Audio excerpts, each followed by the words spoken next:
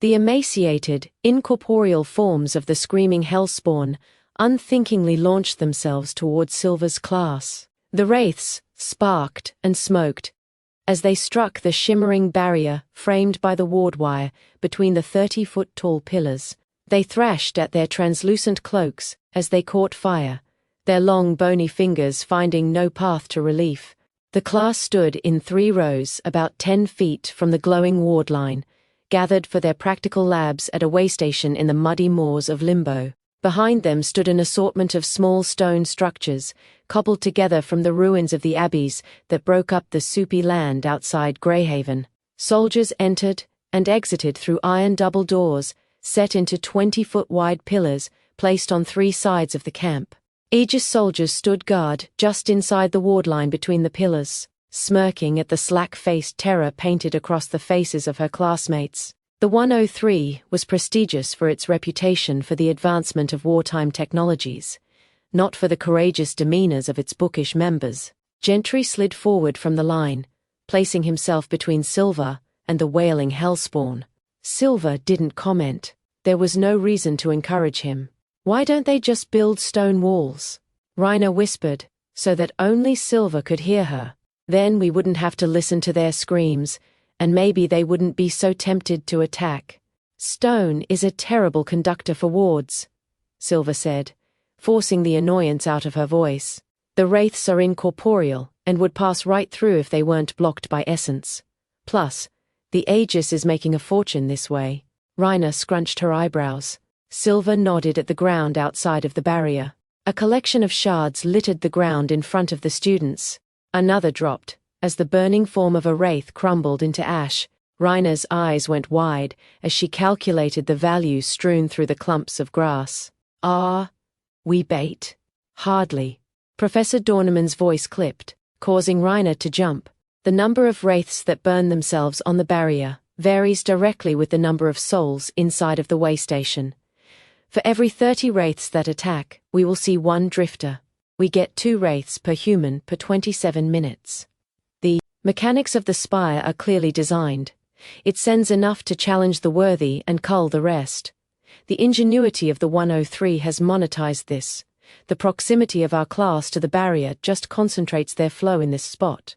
"The Aegis controls the number of hellspawn that attack?" Reiner asked. Silver winced and leaned away from the girl, as if to prevent anyone from confusing Reiner's ignorance with hers. "I suppose I can't fault you for questioning some of what the priests of the Six claim about the gods, but I can confirm that no mortal could power or design wards to accomplish the mechanics of the spire. For instance, consider the gates you walk through to get into Greyhaven. We have surmised that this is a liminal space between the Hells and Telnira. It draws infernal energy along with essence from Telnira, and forges it into all manner of hellspawn. Each level of the spire produces different forms, all representative of what our comrades face on the fronts, though significantly weaker on the lower floors. Unfortunately, we have no way of confirming the way the spire works. When we copy the runes from the gates allowing entry and exit, they either burn out or prove frustratingly inert when powered with essence. The research on the subject continues and has shown some progress." Silver nodded along. She tried not to relish the feeling of being ahead. Possessing knowledge that her classmates lacked didn't make her better than them per se, but it relieved any nagging regret she might have felt about the time she spent with Dornman. Almost all of the steam engines and runic infrastructure of our world were inspired by the study of runes right here in the spire. These technologies are licensed to the city-state governments in return for the land our garrisons sit on, the food we eat, and the facilitation of our recruitment efforts. In short, without our work, the Aegis would not be able to fund its war or fight effectively against Malekith and his armies. A concerning smile spread over his face as he paused. "Which brings us to today's activities. Our work requires shards. I suppose I could just have you collect them as they fall to the ground, but I have never believed that busy work builds character. Why waste time that could be used honing your skills under pressure? While many of you hope to join the ranks of our researchers, almost all of you will find your purpose on the front lines.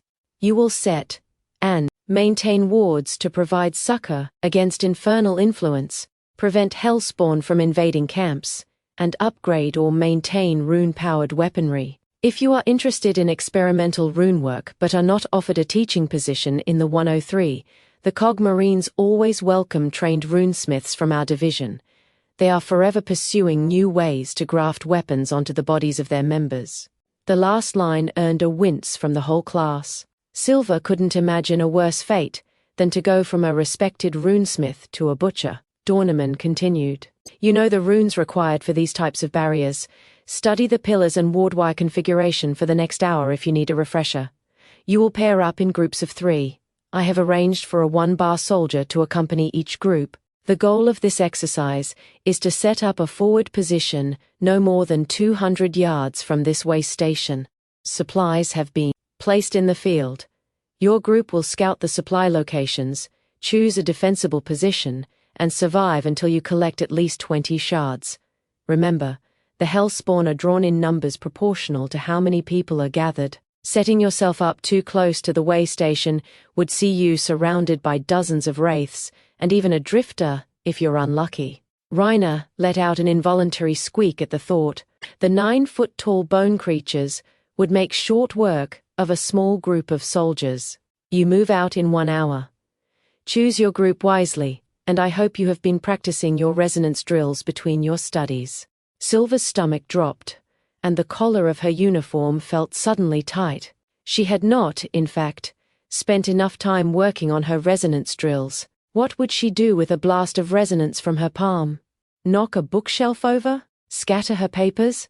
Anything other than a teaching position would be unacceptable. Plus, as easy as the coursework seemed, channeling essence into resonance was like trying to catch water with a net.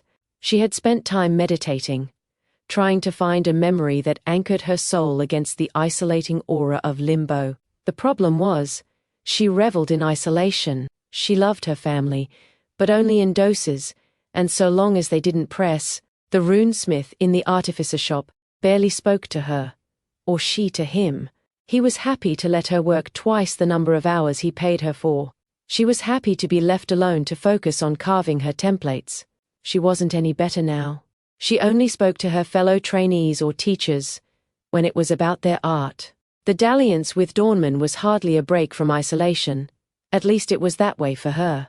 So how was she supposed to fight against a force that made her feel the same way having people around her was supposed to combat? When she thought about the people in her life, she couldn't even move air with resonance. The only success she had was when she remembered holding court with the Foundry of Fluff.